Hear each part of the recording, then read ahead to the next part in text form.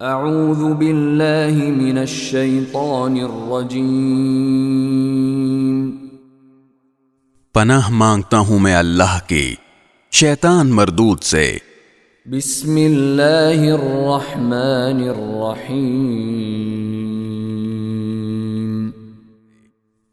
شروع اللہ کے نام سے جو سب پر مہربان ہے، بہت مہربان ہے۔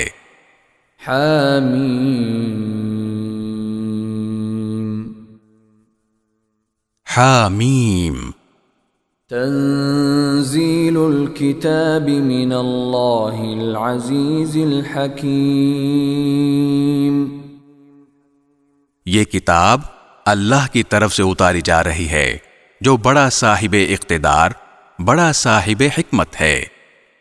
ما خلقنا السماوات والأرض وما بينهما إلا بالحق وأجل مسمى والذين كفروا عما أنذروا معرضون۔